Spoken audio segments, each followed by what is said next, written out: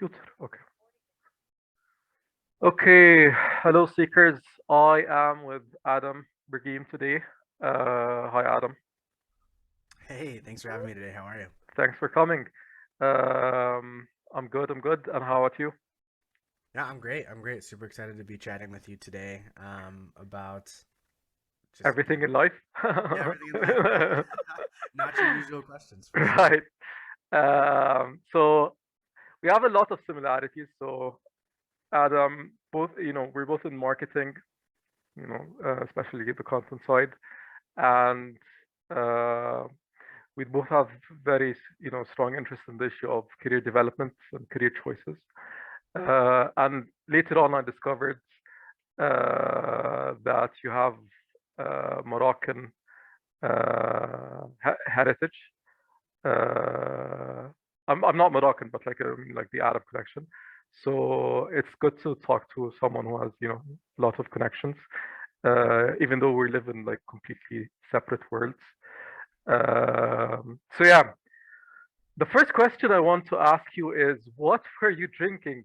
Can you show us what you were drinking? Oh, yeah. Totally. So this is what I'm drinking. Do you have a guess? Iced tea. Yeah, yeah, spot on. Oh, We have a farmer's market right down the road from us every Sunday. And so I try to go attend the farmer's market. And then there's like this Yupon tea place that sells like their concentrate. So it's a nice, like, clean, small amount of caffeine in the morning to not um,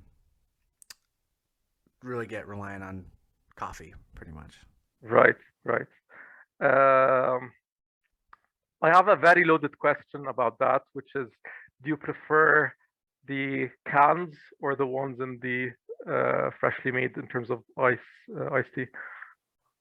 Oh, good question. I'm not. Uh, I'd be lying if I said I'm the biggest iced tea fan. I don't really. I can't. I don't think I've purchased a iced tea from a can or a freshly made in I don't even know how long, years. This is like comes out of a little glass bottle, and it's just like the concentrate of like the Yupon tea, and I pour it in water and I mix it. So I don't know if I should maybe the freshly made. Maybe that would be freshly made, I would say. Right, right. Um, but it's not. It doesn't taste like iced tea. It is tea, but it's kind of like flavored, but it's not sweet. It's kind of weird. It's kind of odd. Right. The reason I said it's a loaded question because I have a very strong opinion about this is that I love iced tea in terms of cans and peach, especially peach iced tea. But whenever I go to a restaurant and I order iced tea, I'm bound to be disappointed. Uh, so that's why, and I was talking to my niece about this, and she feels the same. So we feel very strongly about iced tea here. Yeah. What disappoints you about it? So either it's unbelievably like too much sugar, and coming from someone like me who loves sugar, it's this is a quite a statement, or it doesn't have enough sugar, or it's just too bland. I don't know. It's just doesn't feel. Uh, it's not like the canned ones. I don't know. So yeah, that's the or this is the IC segment of the section of the show. Let's start with our section. So the standard one. Uh, okay, let's start. So, Adam, is there something that you looked for but couldn't find, or had a hard time finding? Yeah. This was a good question. It made me think for a minute, and I appreciate you sending them over. And I was like thinking about it, and the first thing that came to my mind, I was having trouble, and so I said, you know what? Here's the first thing that came to my mind, and I just wanted to write, a couple points down of like, okay, this is like topic I should talk about. So this answer is, off the cuff in a sense, but Sure. um, I think it's kind of like maybe cliche or meta, but like something I looked for but couldn't find is, I mean, it's true to me, is that I've always been looking and have looked for like the next best thing and have never been able to find it. And that's ever since I was a kid. It's changed now as I get older and as I like progress in my career. Um, I realize that like the best next thing isn't always the best thing for you or the best thing to do, or then it's like the grass is always greener on the other side type of situation.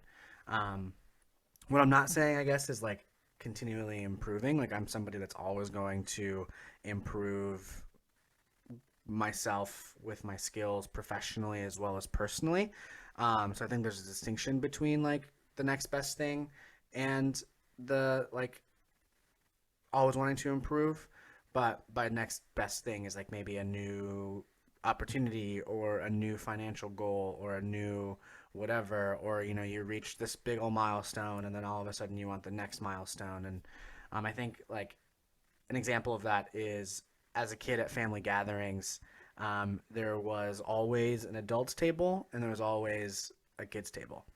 And as a kid, I always had to sit at the kids table.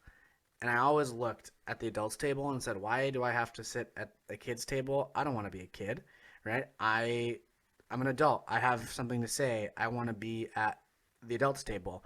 And I wanted that, and I looked for that. And now, when as I'm an adult and I go to family gatherings, I would so much rather sit at the kids table. Right.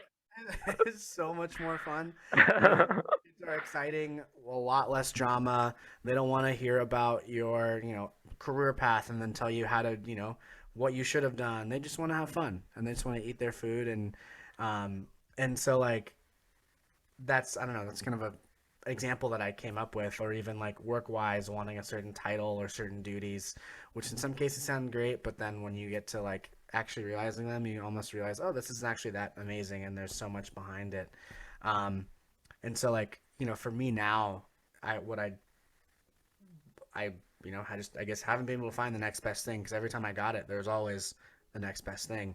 And so for me, it's just about like driving the right behaviors, like being happy with who I am today, like continuing to improve and like follow my path, but not being so like heavy on looking for this next best thing because I'm pretty positive that I'll never find it because it's all there's always going to be something else. Right, right. I was actually thinking about, uh, you know, this recently, which is this idea that there is a contradiction between ambition slash growth and on the one side, and happiness and serenity on the other side, because by definition, when you put by definition, growth means that you want to change what's your current situation to into another situation, which implies that you're not satisfied with the current situation. And I read there was a book by I think the name is Chris Bailey, called the Productivity Project. This guy is a productivity freak, and then at the end of his book, he says this, that there's actually kind of a mismatch between, you know, his love for productivity and his yoga kind of meditation type of thing. And he tries to harmonize it in a way. I can't remember how he approached it, but I'm interested in, does that make sense to you? The idea that there is a contradiction between these two things. Yeah, totally. Because you know, I mean, inherently, like you said, it's you're wanting to improve or change or grow, and then at the same time, it's like being almost comfortable with who you are today and like being okay with that. And I think that's the balance. Is like you know, if you lost everything today, or if you didn't reach that next milestone, or if you didn't, you know, hit that growth goal that you set for yourself, are you still like happy and comfortable and just yeah, happy and comfortable in your own shoes and who you are today. And I think it's also like driving the right behaviors and just really knowing that um, it's okay to not always be growing, right? It's okay to not always be searching for this next thing or searching for that. Like, And I know there's, we'll talk about it probably later on today with something I've changed my mind on. But I think this idea of constant growth is good, and at the same time, like you don't always have to be working on yourself or doing the next best thing. Like you do need to like park the car sometimes to check yourself, make sure you're good, make sure you're ready for this next, stint of your road trip. That way you can make it to your destination like safely and as well as positively. All right, so that's a good segue to the question of what is something that you change your mind about. Yeah, totally. I'm happy to just segment to that, and that's pretty much something that changed my mind about. Is that exactly that? Like the idea of you're always having to be working on yourself. You go on social media and you follow these people that are like, yeah, like growth, it takes this or this is this, and whatever aspect of your life, whether it's career, personal, marketing, sales, whatever it is, and this like motivational stuff, which is great. And I'm a huge proponent of personal growth, professional growth, and continuous improvement. Um, and I guess I used to believe that I had to be working on myself at all times, and that was just and is just exhausting. Yeah, not You know, sustainable. exactly. It is not Yeah, sustainable. And yeah, over the years, I've come to realize you don't have to do that. There are times, and it's going to naturally ebb and flow, where it is time to work on yourself. It is time to work on your skills or upskill personally and professionally. And there are times where you need to pause and like check in with yourself and see if you're still on the right path, or practice gratitude and appreciation of how far you've come today. Um, and maybe even if it's a hard skill, or even a soft skill, like pausing to practice, right? Pausing to say, okay, great, I worked on myself, I gained these 4 or 5 core skills that I wanted to.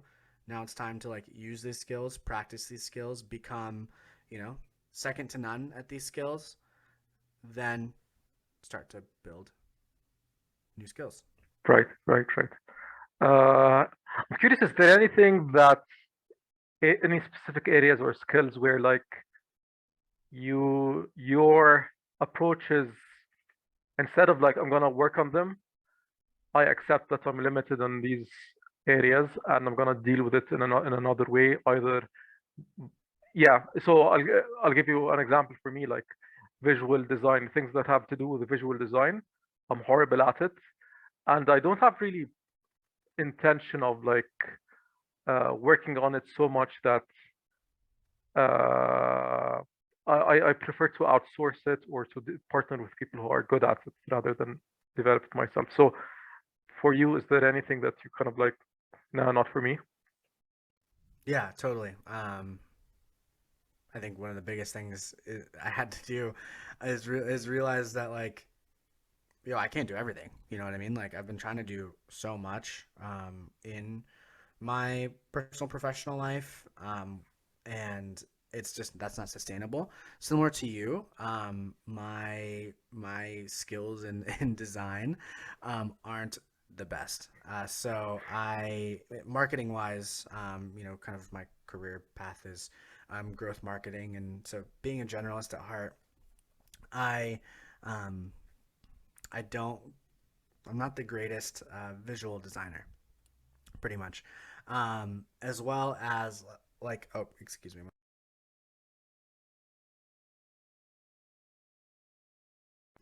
sorry about that. That's Um, not the best and biggest visual designer. As well as there are some skills in marketing that I can understand at a high level, and I get the strategy and I can fit it in, but like going in and clicking the buttons isn't my strong suit. So maybe that's paid search, right? Paid search is I can use paid search in a strategy in my marketing mix. I know how it works. I can write the copy. I can um, kind of push that across the finish line. But when it comes to going into the actual platform, clicking the buttons, and like optimizing those, I can do it.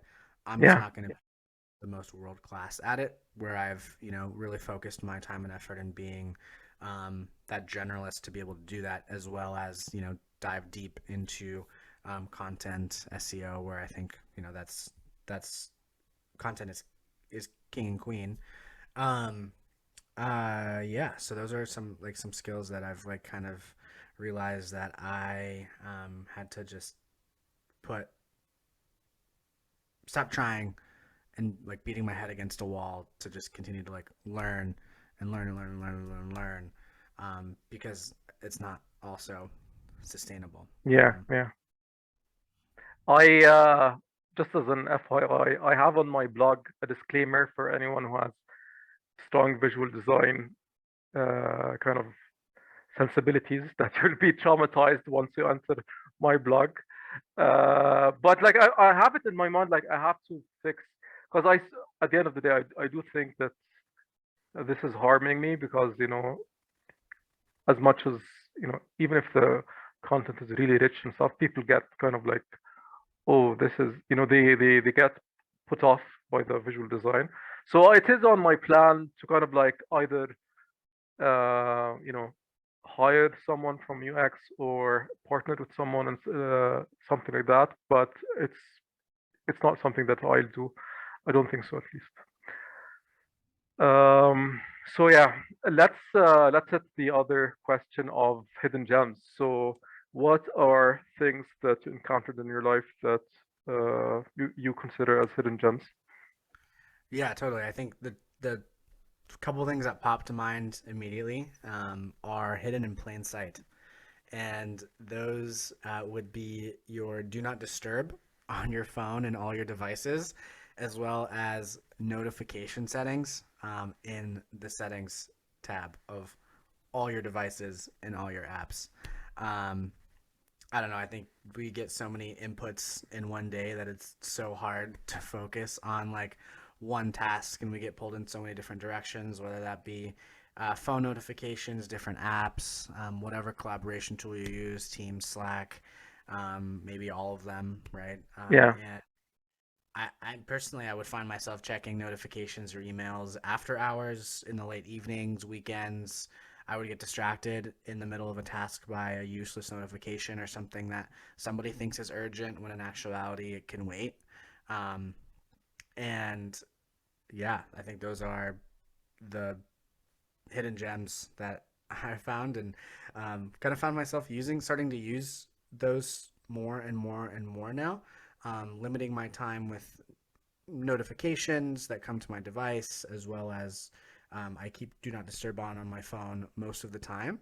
And I'd say 99% of the time, like notifications aren't urgent right. and they Yeah, uh, yeah, and I feel like there's, at least in jobs that I've been in, there's this like so much urgency to like respond and like get a response like so quickly. And I mean, I work in tech and I work in SaaS, and it's tech and it's software. Like it's not urgent, no, unless like there's a customer that's like their entire environment is down. Like you can wait for a bit, and I think they're hidden because there's this like unspoken expectation that you have to be responsive or on at all times, which it's completely okay to set boundaries for yourself in your personal and work life, and stick to those boundaries. yeah, yeah. I love that. So, when did you start implementing this notification system? Yeah, over time, I would say like in the last year to year and a half, maybe a little plus, I definitely started just making sure that I'm sticking to Right, like that thing that I told myself that I would do. My phone is usually on do not disturb. I'll get in the habit now of going and checking, so that way like setting time aside to check instead of like the other way around where I'm checking all the time right, and like you know eating up my time. So right. My approach has been to use one of those ancient ones. oh Uh, yep. this barely sends text. So and I love that. I love that I can go outside of outside, and I don't even have the option of checking my inbox or checking notifications. And I just bought today, not today, like just got this today, which is, have you heard of this Remarkable? It's like the paper tablet, so you can work on it and jot down notes and then send it to your computer. It turns it into digitized version, but you can't receive emails. You can't go online into this.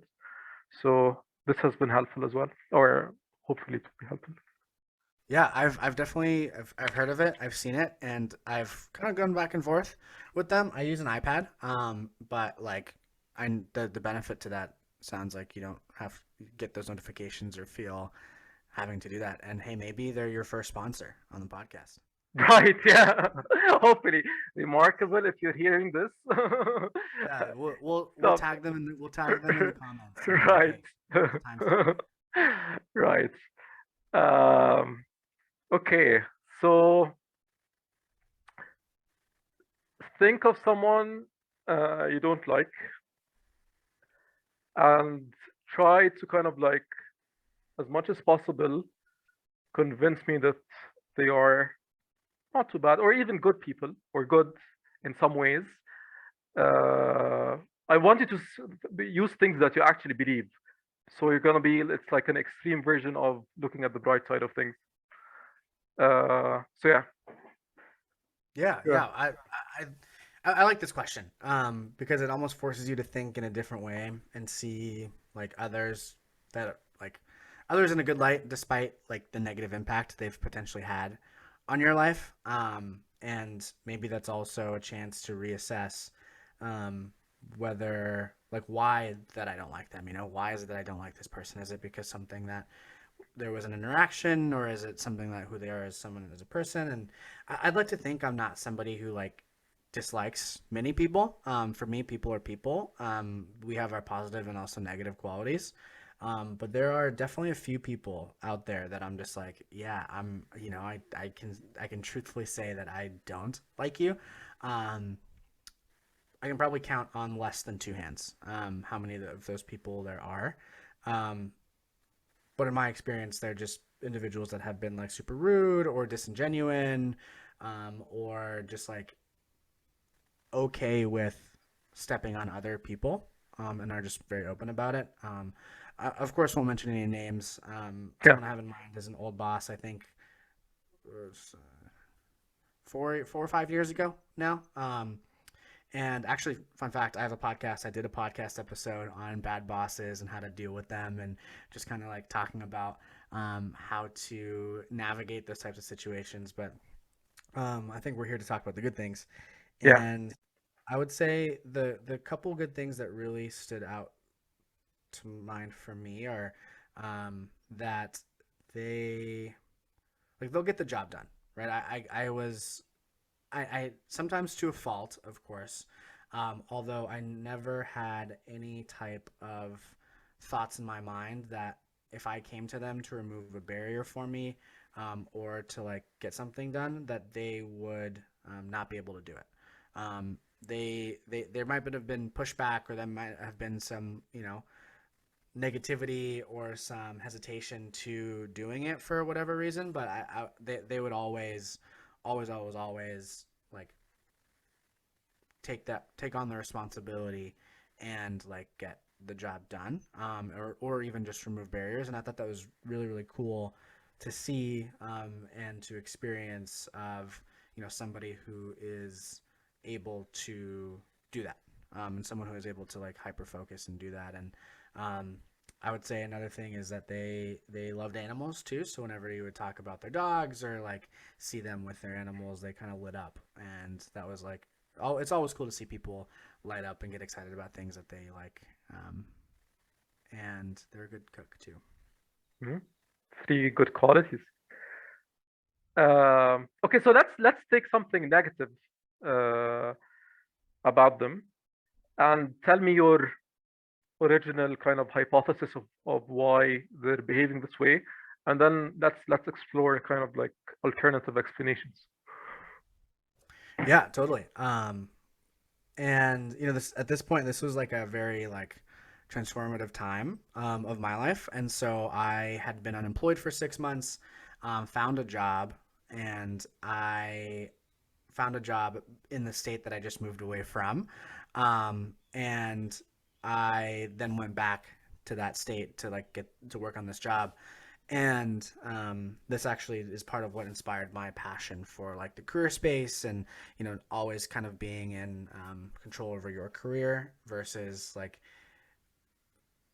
not being in control, or not like kind of knowing your path. And initially, I'll say where I was, that this person was just very like blunt to the point where it was kind of rude. Where I would hear every word in the book about any type of situation or other people, or situations, and a lot of frustration that would come from this person.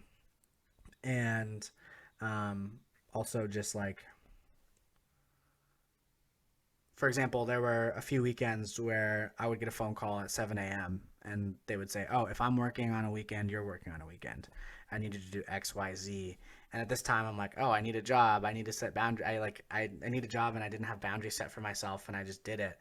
Whereas like now, that would never fly on Right. my end. So I think like my initial thought process, like if I kind of looking back at that situation, was like, "Oh, maybe it was me, maybe my skills weren't up to par, and so how do I like, what did I do to like make this happen, and how can I like better myself?" And then after I like made the decision to leave 6 months later, and just kind of like thinking about that situation, I thought, well, maybe it wasn't me. Maybe I was doing the best I could do, which I truly think I was. And I think, I kind of led to maybe they were either going through a lot in their life that caused them to not be able to react. Maybe that's just who they are as a person, and giving pushback is something that I had to do, or else they would have like progressed. And I kind of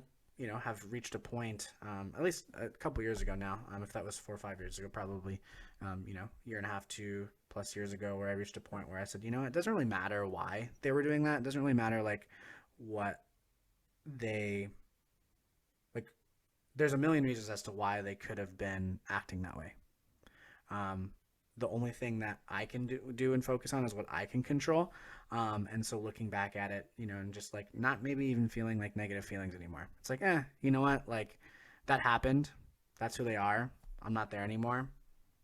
Hopefully it got better. Hopefully they work through whatever they work through, and kind of just keeping nothing but love for like people that maybe have wronged me in a way, just because holding on to those negative emotions does nobody any justice.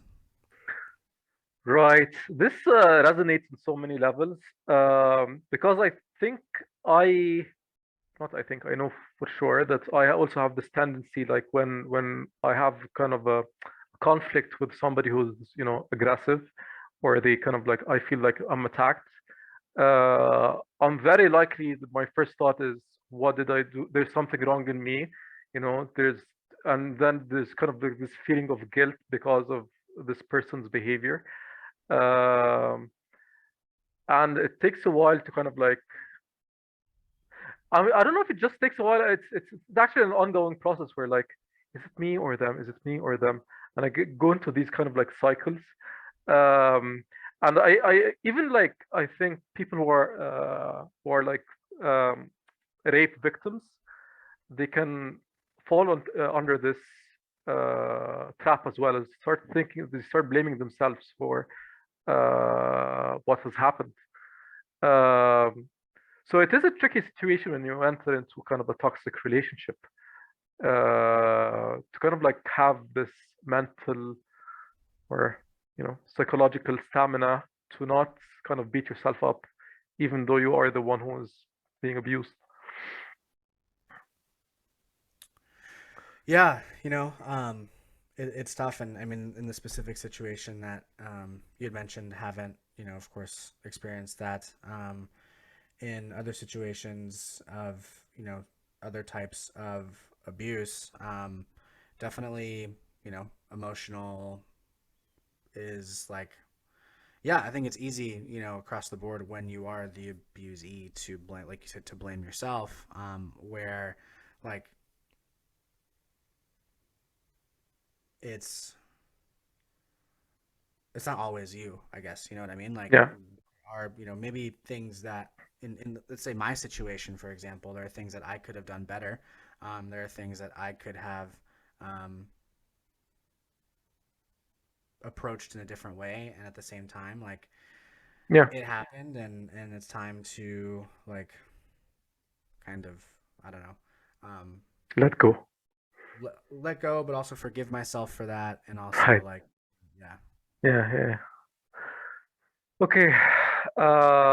Next question is, how is your ideal working partner similar and different from you? Yeah, totally. I would say, like, my ideal working partner would be someone that maybe balances me out. I'm very much like a high level strategy, kind of like visionary, but also, I'm able to execute and get things done. But sometimes I push things forward with a little more attention to that high level than with, like, the small specific nitty gritty details. And so the differences, would be that this person, my ideal working partner, would be really, really amazing at those little and small details, and maybe even, like, are super great at providing, like, guidelines or like bumpers, for example, to, like, stay in between. And then other similarities would be, like, they're passionate about what they do. They have this, like, get the job done kind of like mentality. And I kind of think back to when I worked at a previous company, a couple companies ago, startup, and I worked with someone, and her name was Satya, and she actually guests on my podcast, which Yeah, is amazing. I spoke with her as well. She's amazing Oh, as well. okay. Yeah, Yeah, yeah. But not on this podcast. But yeah, yeah. Go. yeah, loved Satya. Yeah, We were both super collaborative. We both brought really great ideas, and we were able to kind of, like, narrow it down to, like, whatever we were trying to do. It was pretty easy to just, like, get there. And when it was time to take those ideas and put it into practice, like, she was just really amazing at taking them and creating those, like, bumper lanes, and made it very easy for someone like me to, like, complete and finish the work. And I think anything that she and I have, like, worked in tandem on, whether it was at that previous company or even her new the company she's working at now. Um, I did a presentation for them on, like, LinkedIn and personal branding, but yeah. yeah, it was just incredibly easy to work with her, and we were able to get things done, and it was, like, a positive experience across the board. Whereas, there have been other times where I've worked with individuals, and it might not have been, like, the easiest working situation.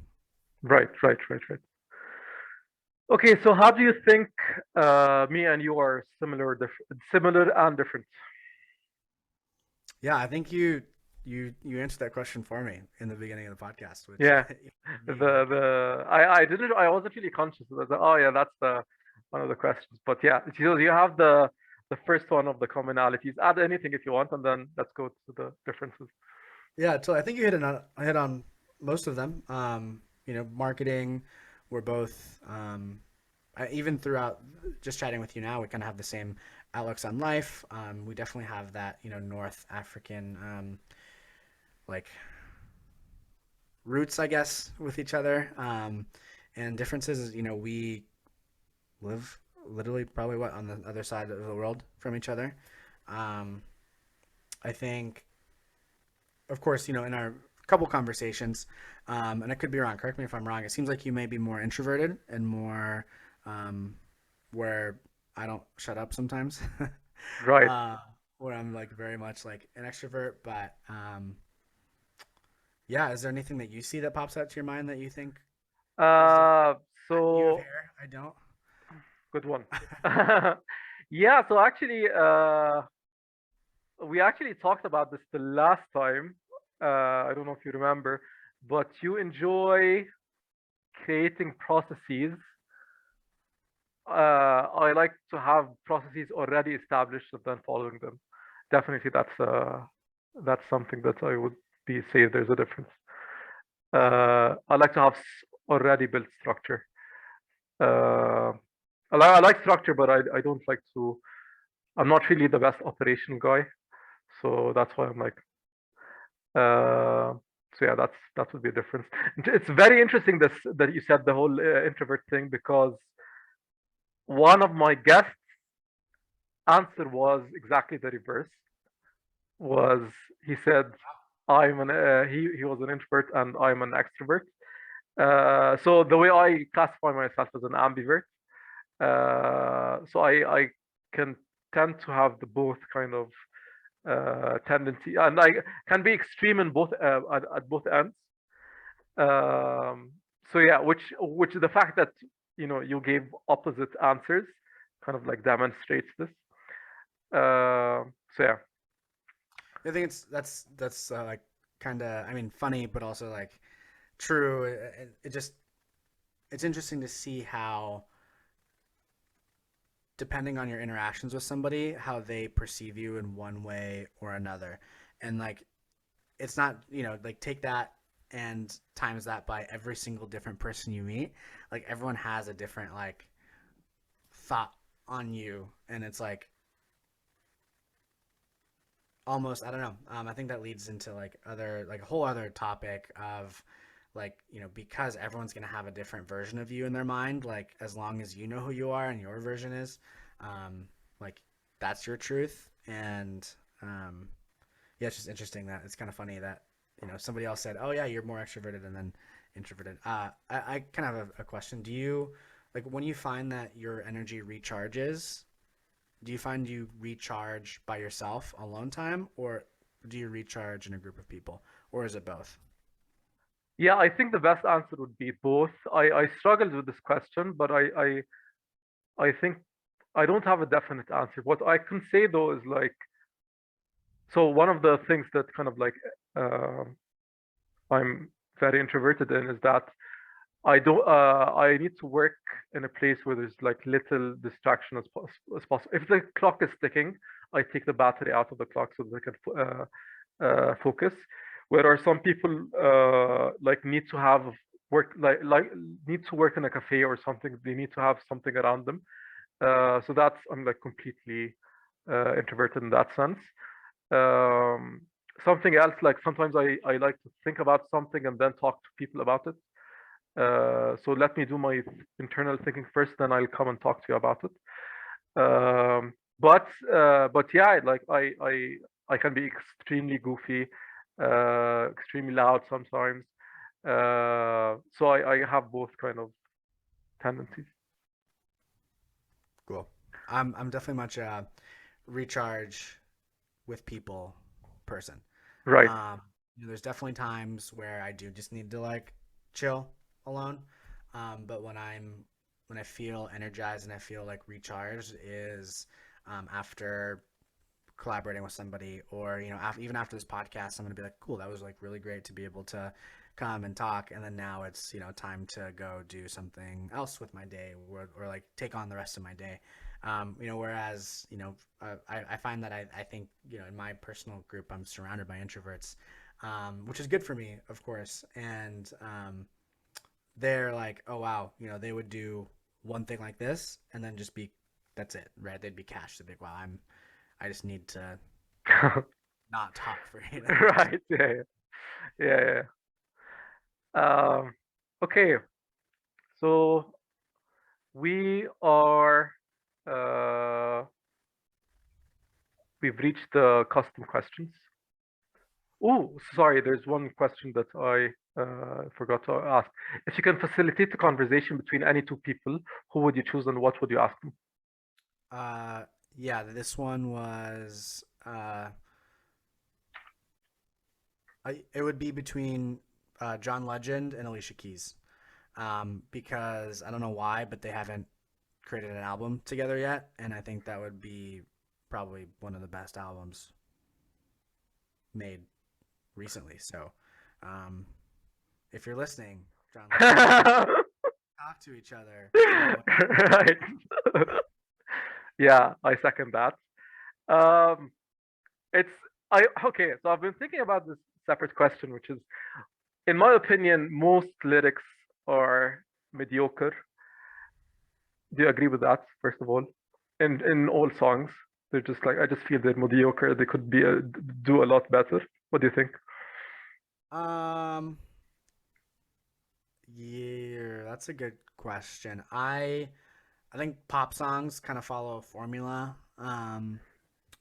It, when I listen to music, I'm very much not like I'm not super focused on the lyrics per se. I think there are some songs. Don't ask me any names, so I probably couldn't tell you right now. But I'm sure there are some songs that I'm like, oh yeah, cool. Like these are what they're saying is great. But more often than not, I'm listening to the beat or the melody or kind of like vibing with the artist or like feeling some type of way when I'm listening to the music. Um, so I don't know if I have a very hot take on whether lyrics are mediocre or Okay. not. Yeah. Because I was like thinking about because I'm very obsessed about words in general. So like I'm thinking that like I just really find it hard to believe that this is the best you got. Like you've got the whole industry behind you and like you're making millions of dollars and this is really the best. Uh, so yeah, that's I was just thinking. Anyways, okay, so let's jump into the custom questions. Um, so I've been thinking about this a lot. The same thing can be considered work or leisure, right? So um, let's say playing basketball. It's for me, it's leisure. I'm having fun. But for other people, NBA players, it's considered work. Um, and when I'm reading something to, writing for an article or something like that, that's work for me. But it could be for the NBA players, their break. So some people kind of like unwind by writing or by reading. Um, what are the implications of that? Oh, when you read that, like, what did you think, or what are the implications of that? Tell me, what do you think about it?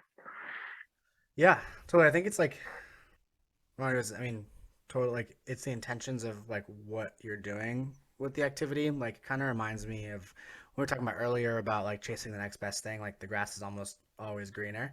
It took me back to an Uber I was in recently in the past couple months. Where the Uber driver was talking about his friend who was a fighter pilot. And the driver said to his friend, the pilot, was like, "Oh man, I'd love to have your job. Like you have like the coolest job ever. You get to fly, and you get to do that like every day." And the pilot like was so nonchalant and responded with like, "Yeah, whatever. Like it's not that great." Whereas like so many people would like love or think they would love to have that job of like a fighter pilot. And for the pilot, work was flying. For the driver, flying seemed cool and maybe like a leisurely activity, and maybe the driver only flied leisurely. Um, and we actually had the driver and I had this similar conversation. And I think, yeah, when something kind of becomes work, I think maybe depending on who you are, the appeal starts to fade.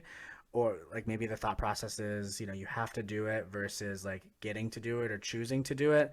But I also think it depends on who you are as a person. I mean, for me, like when something is fun, I want to do it more. And then, when I reach a level of, oh, I've kind of like, you know, this is like work for me now, then I tend to, I think it depends. Sometimes I take a step back. Other times, I just kind of lean into it. I think there's the saying, like, if you do something you love, you'll never work another day in your life. Um, I don't know if I believe that because it's still work. You know what I mean? Um, but yeah, I think those are kind of like where my head goes initially is like, maybe there's that balance or that intersection of, oh, when something's leisurely, it's like fun to do, and when something becomes work, maybe if it's still fun and you still love it, but it's still like work, and it's still maybe you need to have more of a serious mentality towards it versus when you're just doing it for fun, for example. Yeah. Right, right.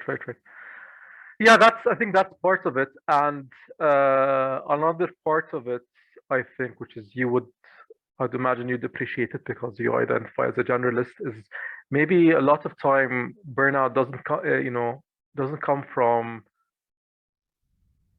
There's two elements. Okay, maybe sometimes when you say that the workload is a lot, what we mean is, or what people are experiencing, that the level, the amount of variety is low, not actually that the load is high. Because what does that?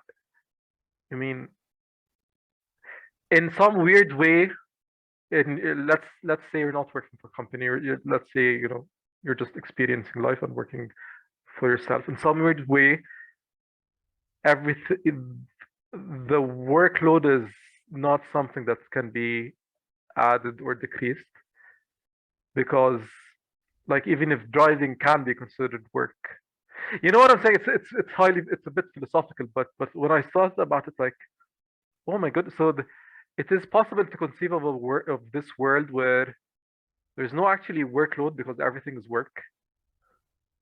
um I'm still playing with this idea. I'm not advocating for it. I'm just like playing with it. So what I'm saying is, like, when people complain about workload, perhaps what they are complaining about is that either there's too much of this thing and I need more other things to mix it with, or there's too little. I'm scattered over the place and I need more focus. So yeah, that's just one of the hypotheses that I'd like to throw. Yeah, something to think about. I think this is when I need a bit of like time to like think about too. Where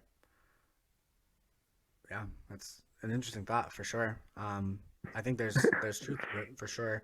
Now that I'm kind of like thinking about it, but yeah, Yeah, I mean, I'm also like, you know, putting the extreme version of it. We'll figure something out, and then we'll co-author a book on it, and I'll get the hypothesis. We call it the Hashim Adam hypothesis, yeah, the, that's perfect. or the Al Asad Berguem hypothesis. Yeah, well, Right. we'll get it published. There's a link in the description. Um, Uh, okay. So do you use SEO for personal branding? yeah, great question. Um, I love the kind of personal branding talk and also SEO. Two things that I really enjoy. I actually created a class on like personal branding online because I've done a lot for myself and helped others do it everywhere from your new college grads to like VPs. Where is it? And Is it on it's your website? currently no, not right. Not at the moment. I actually just did a small beta. This was like half a year ago. And then the platform that I used wasn't that great. It wasn't that super intuitive. I am working on a solo budget here, so it's very small budget, and so I'm in the process of moving it over to. I'm just gonna start using Notion, Okay. like house that. So I'll definitely send you a link if you're interested. But like, Sure, sure. yeah, Yeah. it's personal brand is huge, and so I kind of like taking a look at this question, thinking about okay, well, yes, I do, and I have, but not as much as I should. And I think like um, in an ideal world, I would be, publishing more, but of course, like it's like there's like this triangle of like the quality, the quantity, and also like I don't know, time and effort or something along those lines. I don't really remember the triangle. But like the more you do in one, the less time you have for other things. Like you can have like, higher quality, but that takes more time, and then you have less quantity, and et cetera, et cetera. But I have a couple blogs on my website now, and I've also guest written some blogs.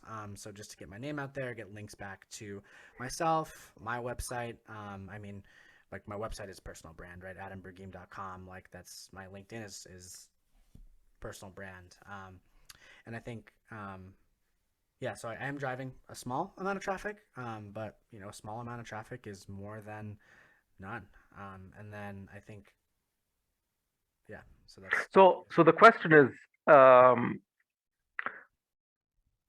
are you do you have a strong grasp of who you want, who's your audience, not now, but in a year, because, or in whatever, how many months it takes for SEO to kick in, because SEO is a long-term game, and knowing your audience is key. But what if your audience is likely to change in this year? Uh, how would you deal with that? Yeah, kind of a big question. There's like I think a lot a lot to it. Is it likely that my audience would change in 1 year? I don't think so. Right? I don't think that my audience is going to change. Hopefully, but there's also you never know what's going to happen. I might just one day say, you know what, I really don't like this career path I'm going down. I'm going to go completely different, and that's okay. Some people do that. I've had people following on LinkedIn over the years and now they used to post about product management stuff, but then now they post about like real estate, for example. And so there's that like shift of them. And I think like that in itself, just me thinking back to that and remembering them is like personal branding is working. Because I think, even if your audience change is in a year or so, um, the visibility and the traffic and just like people knowing your name and knowing what you do and knowing who you are, that's so valuable. And if you do shift your personal brand, which I'm a firm believer that everyone's personal brand is going to change and shift and evolve over time, and that's okay. I think having that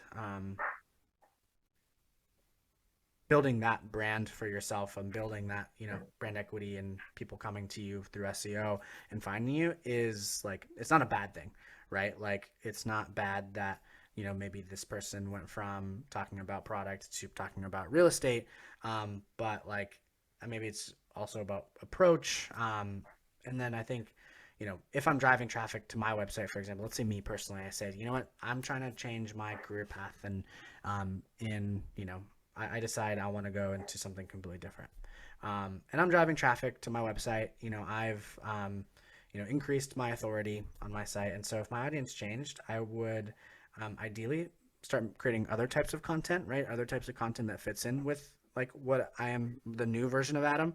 Um, Yeah, and on a technical standpoint, I could interlink those articles on my site. So, um, link the articles that are already getting SEO for maybe my old brand, um, link them within my site to my new brand, and that just passes a little bit of authority.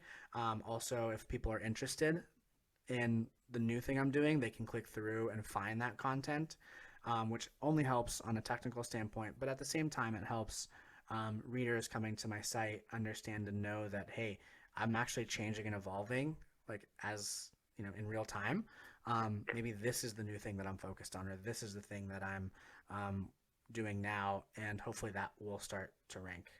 In an ideal world, um, kind of like part of the class that I've done, but I also have done for myself, helped others is like I would have already kind of like sat down and thought about my personal brands and kind of like my core pillars and who I am and where I want to go in the future, and kind of have mapped that out to a high level extent, so that way I kind of like in a year my brand doesn't change that right, drastically to warrant like a complete overhaul and a complete rethink of the um, traffic I've already driven to my right. site. But maybe, for example, let's say my podcast hits it really big, and I'm like, you know what, I'm gonna do this full time.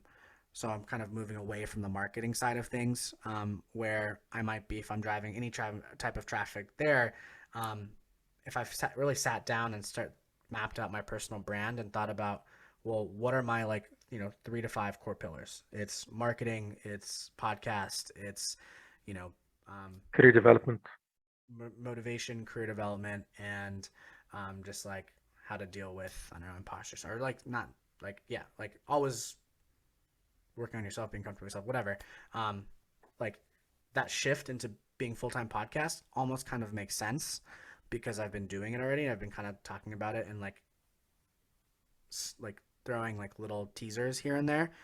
So now when I'm ready to go full time, it just kind of like make sense to an audience that have been following me, coming to my site, etc. And at the same time, maybe all this isn't true, and maybe SEO and personal branding aren't like the most important things, but I would say they are incredibly important.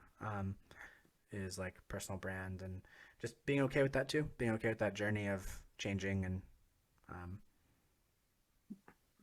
figuring out how you can use what you've built today to help you in the future. And I think Right. I'm kind of rambling now, so I'm gonna. No, what you mentioned the issue of domain authority, and that kind of helped me a lot because I asked you this question on one of the posts of Ross Simmons. He was saying that you know uh, CEOs and founders, they like to kind of, when they're pitching, they like to say that they're in it for the long run, but then they wouldn't invest in SEO. So that gives kind of like a discrepancy there. So it's like, saying, it's, and then once once time passes, then you have to go back and do a lot of fixing. So it's much better to start early on with SEO. So I asked the same question, which is like, what if the startup is very early on and it's likely to change audience? Say like, instead of targeting university students, we're gonna target uh, university professors, and that's like within a year.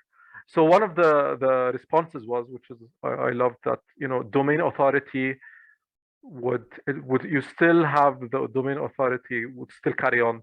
So that kind of like encouraged me to kind of like learn more SEO, because like, oh yeah, so even if I change whatever, the website would still have the same, the domain authority would still be important. Yeah, Oh, totally. yeah. And I think Yeah. even changing audiences or changing like specific people or demographics, like you know focusing on value and focusing on like the problems you solve are huge too, right? Like what are the problems I solve, how do I solve those, and then creating content around those problems and that value. um yeah. Yeah. So let's tackle imposter syndrome. So the main question is, how do you know that if you're like someone like me, it's like, do I have imposter syndrome, or am I just in this specific skill, I'm not really competent enough? Uh, how would you tackle that? Yeah, great question. And this is such a big topic for me because I face imposter syndrome 100%. In fact, I have, 2 episodes of my podcast dedicated just specifically to imposter syndrome, and talking with, 2 different people, about that and their experiences. And um, I think, for me, who is somebody is like focused on that continual growth, that, kind of moving forward, but being okay with who I am today, like it's so difficult and it's so hard and it's not easy. And like, there are times where I'll walk into situations with like unbridled confidence, and then internally I'm like, I have no idea what I'm doing. Mhm. And the thing that kind of like stood out to me, and the thing that I kind of like came to realize, and I'm happy I realized, is that every single person that you meet has imposter syndrome in some capacity. Mhm. Everybody. And if anybody tells you that they don't, they're either lying to you, or they're not challenging themselves. And I would rather have imposter syndrome. Um, and kind of, I don't know, when I realized when no one really knows what they're doing, things became so much easier for me. It's like, oh wow, no one really knows. They're just like taking that next step no matter what. And I think that's like the big difference between the people that, you hear about that maybe you're like, wow, this person just like gets it, or this person just knows what they're doing. Is that they don't, but they'll still take the next step with confidence despite that. Um, Versus some who might, not take that next step because they feel like they're not maybe good enough. And so I think, how do you know if you have imposter syndrome? I would say you probably do have imposter syndrome. Now, how do you know, like, knowing your skills, and how do you know, if it's actually a tangible thing versus a like mental thing? Um, well, I guess we just talked about personal branding too. So like one of the blogs or SEO, one of the blogs that's driving traffic is how to write a brag book. I think if you Google it, how to write a brag book, I should be in the top, you know, 1 to 3 results. At least last time I checked, um, which was a couple weeks ago, but things change quickly. And I pretty much talk about and do this for myself, and hope tell others they should do it too. Is like it's a place where you can keep all of your accomplishments, skills, quotes, things people have said about you.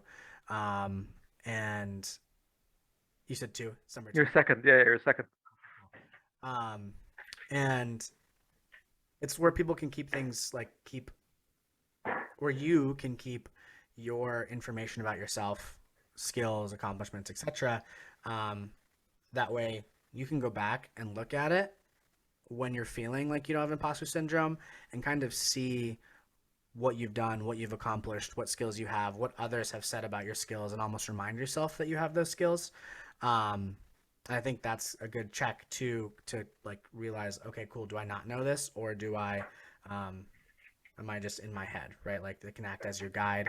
Also, if you look for a new job, it's a great place to like keep your accomplishments and stuff, so that way you can easily update your resume. Um, but I'd also say like if you're trying something new or you're um, searching for a new job or trying to take on a new skill or entering a competition or really whatever it is in your project, if you feel like you don't know and you don't know the answers, Google. Google is your best friend. Do some searches, kind of look at maybe if it's a job, look at job postings. If it's a competition, look at other maybe like what that competition requires. If it's a game, whatever it is, if it's a new project, whatever it takes, and kind of look at that. And um, if you have those skills that it takes to accomplish that, and you're like reading articles about how to do something, and you're like, oh, well, I've done this, or I've kind of done this. It's not the same, but you can see things translating in your head. Then go for it, right? You don't have to. You're not going to know how to do something 100%. And that's, I mean, tangible or even intangibles. If you're going into a new, like if you're about to present on something, or if you're about to host a new podcast or something, right? You're not going to know everything, but um, just taking that next step regardless, and just making sure you're prepared and not getting analysis by paralysis, which is like I talk like it's so easy, but it's hard across the board. um, then you can do it. Like you don't have to. I think the too long didn't read there is you don't have to know how to do something 100% to get something done, and there is a huge opportunity and special place for the people that with the mentality that are like, oh, I can just figure it out. Like, you know what? I might not know how to do it 100%, but I'll figure it out. I'll do it. Kind of reminds me a couple, jobs ago, I was working at a tech company, kind of startup-ish in the US, when I started 40 to 50, 1,500 globally. And in 3 months, I was actually on a plane traveling around the US presenting on cybersecurity, as well as like the future of remote work. This is before COVID, and um, I had I knew nothing 3 months prior. Like I knew nothing about that, and I was like, oh, okay, cool. Well, this is gonna be me, and I just had that like I can figure it out mentality. Um, was incredibly scary. I'm going to like Microsoft's around the U.S. Like presenting to their customers, kind of joint events, and I'm like, oh, like I know, like oh, I'm just a guy up there. Right? There are people in the room that have been in the industry longer than I've been alive, um, and there's a lot of imposter syndrome there for me. And I was like, had to remind myself, like, you know what, I don't know everything, and that's okay. Like these people are here to learn from me, though, right? They're coming here to hear me talk. Like that in itself should be an opening, and um, it turned out okay every single time. Um, I'm curious. Have you ever had, you know, uh, created a created some work and the feedback was extremely positive, which surprised you because you thought like, oh, this is like really mediocre, or you weren't happy about it? Oh yeah, yeah, yeah, yeah. I'm my biggest critic, and so I think that's like kind of fits into that as well, where it's like, oh, maybe I'm not fully like I want it to be perfect when it's never going to be perfect. I'm also like I like to solicit feedback, and so when something comes like the feedback that comes back is like completely great, I'm like, oh, okay, like cool. There's nothing else.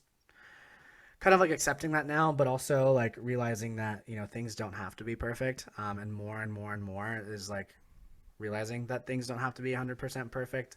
Um, I think there have been times where, like for example, I've been in interviews where the company's like, hey, like, can you do this case study? And I push back and I said, you know what, like, my time's valuable. Like, there's I'll give it 45 minutes to an hour or something nowadays, because um, I'm not going to spend 4 to 5 hours on a case study for a new job that I'm not super in the first couple interviews. And like, I've returned work that I have not been happy about, like just in a quick Word doc, like, hey, this is step 1 through 10 of how would I approach this. And yeah, it kind of turned out.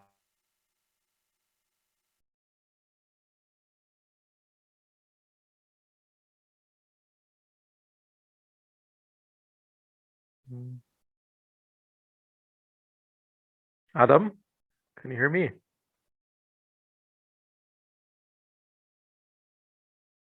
Okay.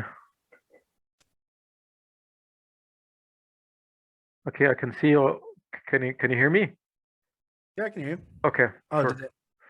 it? The last thing you said, the last thing I heard was uh, you pushing back on in interviews when they ask you to do a case Oh, study. yeah, yeah, yeah. Pushing back. And if it's an opportunity that I'm excited about, maybe putting in like 45 minutes to an hour into it, because I Right. get it, right? I understand on the other side. And I've returned some, some case studies back that I'm not proud of, because I'm definitely like, if I'm going to do something, I'm going to do it right kind of Right. person. And the feedback I've gotten was like, oh, wow, this is like really great. We want to move you forward. I'm like, oh, okay. Like, Yeah. I didn't do what I would have fully done in the job. I literally sent you this is my approach, step 1 through 10, and kind of come to find out that like maybe my own views of my work are too high, or they're Right. like, I have myself up to a higher standard. But then again, like, Right. Right. Um. Okay. So, what are some red flag beliefs for you and other people? So the example I gave you is, for me, I think a very dangerous belief to have is that if I win, then you lose, and if you lose, then I win. Um, and I kind of like the idea that there's no kind of win-win mentality. And if you're like in a relationship with a person like this, then it's a recipe for disaster, because by definition it's a conflict. And as I, the funny thing is, as I, just the day I wrote this, later that night, I came across a quote by Mark Cuban, which is, "Look for the fool in the deal. If you can't find the fool, then you're the fool," which is like demonstrate exactly what I'm thinking about. If you have this belief system in you that there has to be a loser, then it's a very dangerous belief. And so do you have yourself like look for certain beliefs? If people have them, then you are wary of them. yeah, I think the first one that came to mind, personally as well as professionally, is like people who think that since something has always been done one way, that it should always be done that same way. Um, there's always room for innovation. There's always room for efficiency. There are many ways to complete a task. And I think that's, for me, one of the most frustrating things that I've come across is, no, this is how we do it. This is how we do it. This is how it goes. This is kind of, you follow this. This is what you just do. And there are so many other perspectives in this world. There are so many other ways to do something. And I get like, oh, maybe if something has worked over and over and over again, then like, if it's not, the saying, don't, if it's not broken, don't fix it type of thing. But like, there are ways to find efficiencies. There are ways to do something differently. There are ways to, if it's business, stand out and actually drive and do like great marketing. If it's personal life, I don't have an example off the top of my head. And I think it was Grace Hopper. She is one of the leading minds to like computer programming. Without her, we probably wouldn't have come this far. And her quote is like, the most dangerous phrase in the human language is "it's always been done this way" or something along those lines. And it's something that I stand by. Actually, believe it or not, if I apply to a job and I'm like using a resume to do that, I have that in my resume. In my little first sentence is my second favorite quote is that by Grace Hopper. So people know that this is like the mentality that I'm bringing. And I've had that for years. And I think to find out if somebody has that like mentality is maybe just getting great at asking questions and kind of asking about like who they are or what they're doing or how they're doing things, or maybe like asking them to tell me about the last risk they took, or even, what are some of the things that, you've done to maybe break the mold or try something new. And then kind of based on their answers, go from there. If they're giving you some really great things that they have tried, perfect. If they're talking about, oh, we actually have, pre-built processes that we follow that have tended to work, maybe those are some red flags that pop up. Right. Okay. So for this question, I'd like you to suggest a career or a job for me that you can find on my LinkedIn. So basically, not something that would be easily kind of guessed, like, oh, a content marketer or whatever. So yeah, go ahead. Yeah, I don't know. That's a hard one. I don't know. Career paths are something that are, super nonlinear. Is there something that has been exciting you recently, maybe in your professional, personal life? Uh, hmm. I'm excited by a website called Brilliant. It teaches STEM, but like in a very engaging manner. That's one. And I've been, learning logic, computer science, and all of that stuff. I'm not really a techie at all, like, but I just found it interesting because I need to learn tech just to understand, the lingo, because I'll be working with things related to tech. Yeah. Okay. So maybe a teacher. I don't know why teacher stood out. You said you were learning and they taught in a great way. And, your profile has a lot of like, research and words, but also career. So maybe a teacher, maybe you go a whole different route and you make an iced tea brand. That's your perfect version of iced tea. Uh, I love that. Iced tea brand. Or teach people about iced tea. yeah. Right. Or teach The- iced tea. I was actually wondering, like, it's very strange that, we have this idea that tea is usually hot and then they decided to make it cold. So someone is calling. Sorry. Okay. They make it. They decided to make it cold. So like, how come we don't have the opposite? Like, why don't we have hot Pepsi? Any? Yeah, I mean, funny. Yeah, that's a good question. I've trying to think back to when the last time I drank like a warm soda is. I don't really drink soda, but from what I remember, it wasn't that great. But then again, they're also in like cans. And so maybe that's the new thing. Maybe you start the warm the warm soda trend and you Or boil. warm iced tea. So we make it iced first, then we heat it back. So we keep moving the tea to kind of like the tea will get an identity crisis from how much we change it. For sure. There's a world where that's that's it's all marketing, right? It's all marketing. If you market it as the new way to drink tea, then I'm sure it would work. You know, coffee does that all the time, or Starbucks or whoever. It's like, oh yeah, this is our new cold brew infused with yada yada yada. It's just like cold coffee. That's Right, it. It's just cold coffee. right. So this is the second collaboration item after the hypothesis. Gonna be the hypothesis, then the iced tea collaboration. So, tell me some crazy insecure thoughts that you have. This is so the example I gave, that sometimes I when I'm in a grocery store or something, like one of the thoughts that I have is just let them know that you have the wallet, so that they know that you're not just fooling around and you're not just a kid, you're a small kid. And when I think about the rationing, it's just like crazy thoughts, like who would be thinking that I'm just, it's just stupid. But do you have like these thoughts where, like, when you think about it, it's just crazy?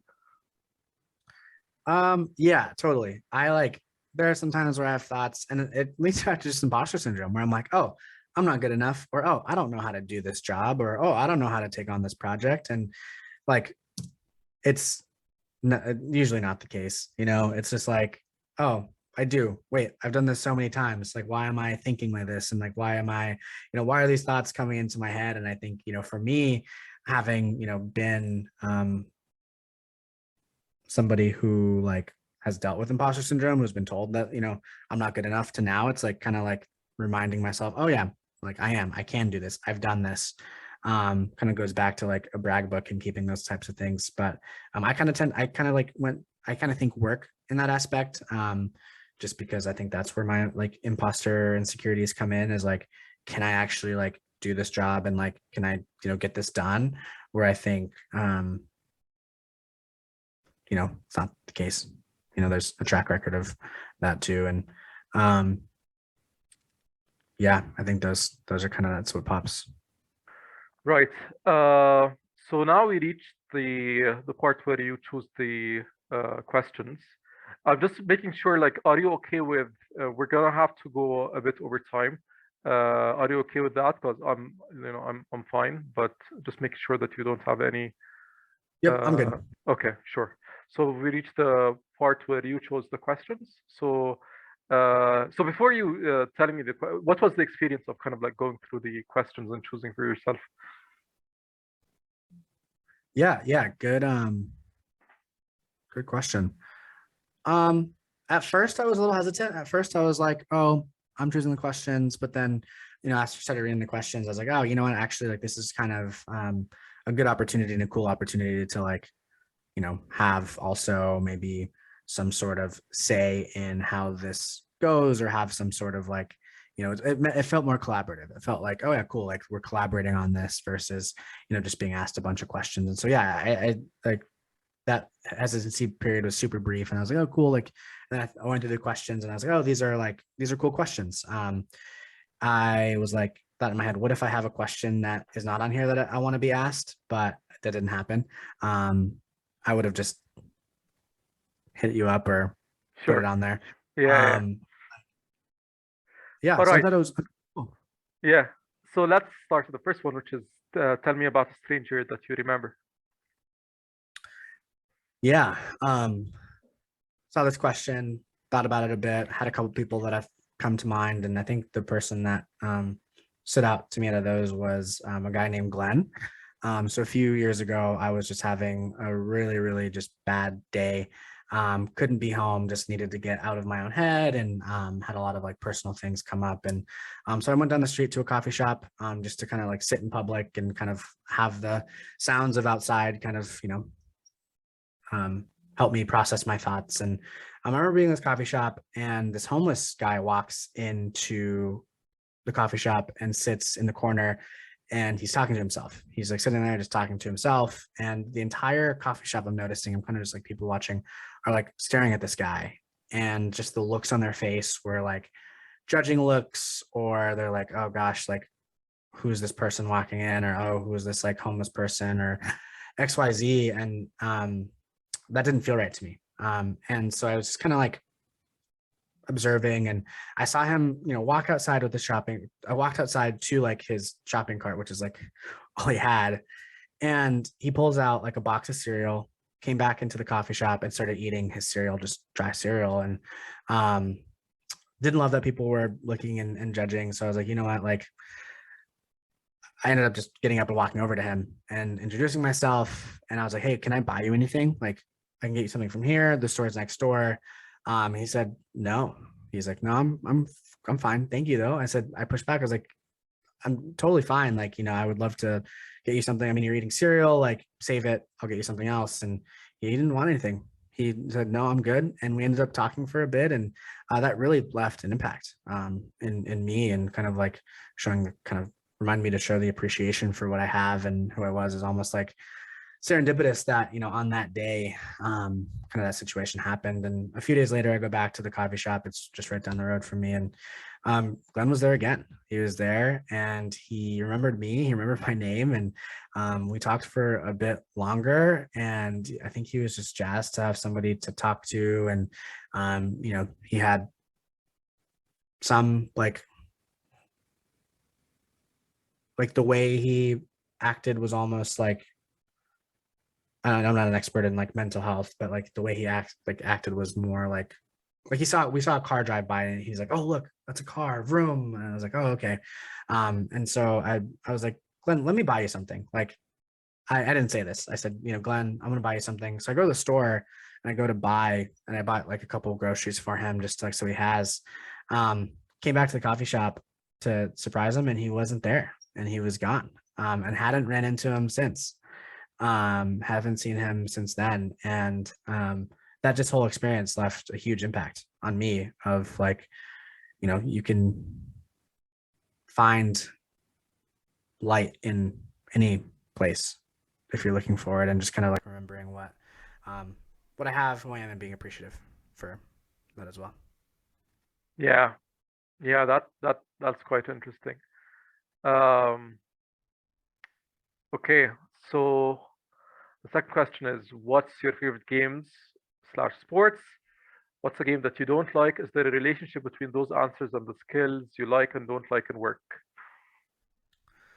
Yeah, games I love playing lately. It's been, volleyball, ping pong, starting to be pickleball.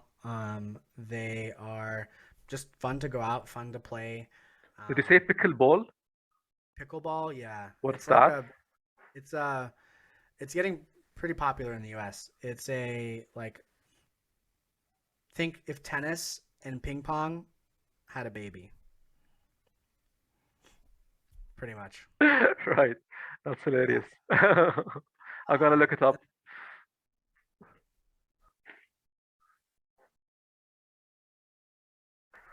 Sorry. Bless you. Thank you. I think sports or games that I'm not super fan of, skiing or snowboarding. Used to do it as a kid. I lived right next to a ski mountain, about an hour and a half, Mammoth Mountain in the West Coast, which is pretty popular here. And we'd go every other Wednesday or something. Then I realized didn't like being cold, so I stopped going. Um, and I don't think there's a big correlation to the skills I like using at work and the games that I like or the games that I don't like. Kind of thought Okay. about it. Not sure if there's a big like. There's no core. Okay, that's good. I like the straightforward answer. Uh, okay, what is the last thing you searched for online? Yeah, goes back to our conversation earlier about things that you're good at and not good at. And I'm not good at drawing, and I want to be a little better at drawing. So I'm like, and I kind of like being creative sometimes. So I mean, I don't kind of, I do like being creative sometimes. And so my last search was how to draw a swimming pool, because I started doodling some lines and it looked like a swimming pool. So I kind of went with it. And then I searched how to draw a swimming pool. But what's the purpose of improving your skill? Do you need it for your work, I mean, or is it just for you want to improve the skill? Of course, it would be better for work. It would be better to like be able to like design something quickly. But mostly just for fun, being creative. Like there are days when I'm like, oh wow, I wish I could draw something cool. Like looking at all these great artists, and so instead of like wishing that, I'm just kind of like starting to draw and play around and have a creative outlet and also kind of learn something at the same time. Okay. Okay. All right. So we reached the hidden questions section. Uh, so the first question is, why is softball called softball if it's not, if it's really hard? Oh, if the ball's hard, I have no idea. Probably because maybe it's soft on the inside. Soft in the inside. I actually don't know the answer. Can let's do this. Let's see the answer together. So, why is softball called softball? The name softball because the ball used to be soft. Ah, okay. So it's a historical thing. Uh, used to be soft. No, okay, that makes sense. Uh, Second question is, speaking of cereals, you know how we always have cereal with milk, uh, or hot dog and mustard. And do you think these combinations are there's something intrinsic about those ingredients that go well together, or is it just something that grew out of social conventions? Good question. Probably both. I mean, I personally don't like milk, so I think anything that goes with plain milk is not good. But it's a staple. I think hot dogs, mustard, other types of maybe things that go Ketchup, well with ketchup. fries. I know, like you can pair blue cheese and apples, maybe, or something along those lines. Like I think it's comes down to like taste profile, maybe like the taste of one thing coupled with the taste of the other makes like they kind of like complement each other. Um, then again, like there are a bunch of different ways to do something, so I think that just kind of falls into social constructs and also maybe like personal preference. Like I probably won't put mustard on items that because mustard has a very strong flavor profile and tends to take the taste away. So maybe I won't put hot mustard on uh, something like a hamburger, but I might put it on a hot dog because I that tastes good. Yeah. Right. Um, okay. So why do we call children innocent if they can mercilessly bully each other, or if they do not can, they do actually.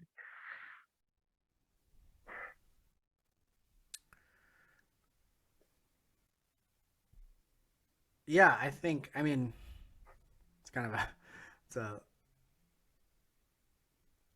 I remember you like philosophy too, so this is kind of like a larger question like that. I mean, I think that maybe, and this is kind of just me talking to think, is like inherently, if kids bully other kids, they don't necessarily like know any better, and they don't know. Maybe they don't know or haven't been taught that um, that's right or wrong, or that's maybe something that has um, been shown to them as right in the way they were nurtured.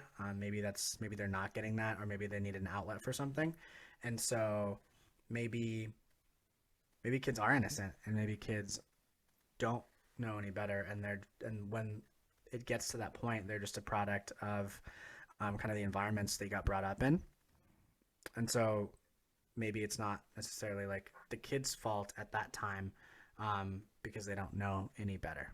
Um, Maybe it's part of how they were raised. Right, right, right, right, right. Maybe people are all different, and some people don't have that, you know, that maybe ability to realize that something is wrong or right. Right. Okay, so the last question for you is, why, given that we are likely to have a medical emergency in our lives, why do you think that, you know, the majority of people have no, I'm not sure if this is correct, but I think that, let's say the majority of people have no training in medical emergencies, yet we learn all other stuff in school that is hard to apply. Uh, So why is it that practical stuff is not, things like that are not taught?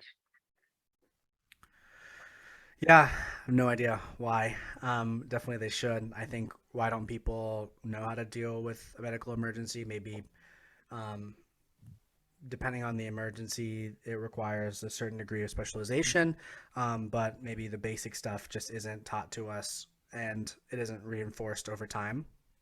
So, and if something isn't taught and used and reinforced, then maybe it just doesn't stick. Like I'm sure, I don't remember, but when I was in grade school, maybe we learned CPR. I'm sure we did, which is like probably an important skill to have, but that was never really like reinforced or nurtured. Not saying that you should be using CPR and people should be going through that every day around you, but like it's not reinforced like mathematics is or English is or other types of skills like that are. And so maybe, from that leading into adults, it just hasn't become a priority. Maybe. That's Right, right, right, right. Okay, it's your turn now, so you can ask me a question. yeah. Another question that stood out to me in the list was, is there someone that you is there something that you want to say to someone that you haven't? Right. Yeah, that's one of my favorite questions. Yes, I'm trying to pick because there's a lot. Uh, one that kind of like um, one theme is that I have a lot of people I want to reach out to, but the main kind of impediment is that I want to perfect the message before I send it, which makes me kind of keep delaying it. Uh, and I'm glad that this is an answer which is like that's one of the times I just couldn't. Yeah, I sent a message to someone called Jocelyn Brady. She's a um, brain coach, and I loved her content. Um, and I just wanted to say something like that, but just I was waiting for some kind of like creative euphoria to occur, and it never did. So I just sent her this, like what I told you now. It's like the one thing I want to do before I die is to tell you that your content is good, blah blah blah blah, and it's amazing, kind of like what came out of it. She said, oh, she was so happy that she got the message and blah blah blah, and then we corresponded, and then I ended. She was one of the first people I have on the show. So that doesn't answer the question of okay, this is the theme. In terms of like specific people I want to say something to, I have people, let's in my family who I wish we have a kind of a good kind of cordial relationship, but I sometimes feel that I wish I would talk to them to to kind of like let go completely of the past. Like I already like apologized for some stuff, but I don't know. I just keep having this thought of like you need something kind of. I didn't get the closure that I wanted, so that's something else. I have someone specifically in mind. Um, I have someone from the time of Canada, a girl that I knew that I would love to tell her how much, I I still don't. I wouldn't say love, yeah, I mean love, but not like I still don't know if it's like romantic love or how to classify it. But at least like I wanted to, to say these things to her. And I also had this thought of just like sending something like, I don't know what these feelings are, but there's something. So yeah, these are three things I can think of. Yeah. Thanks for answering it. Woo! Alrighty. Thank you very, very much, Adam. I quite enjoyed this. And I hope you enjoyed it as well. Yeah, appreciate it. Thanks for having me on. Really enjoyed the conversation and answering the questions and the thought exercise. Looking forward to kind of seeing this full thing packaged up. Yes, yes. And if you want to check Adam's website, it's Adam Berguem. It's Adam then Berguem, Bergeum. Ooh, GU. So it's ADAM BERGUEM.com. Okay, uem.com. Okay, Or if you go to my LinkedIn, all the links are sure. available. All right, all right. All right, I'm gonna stop that now, the recording. Stop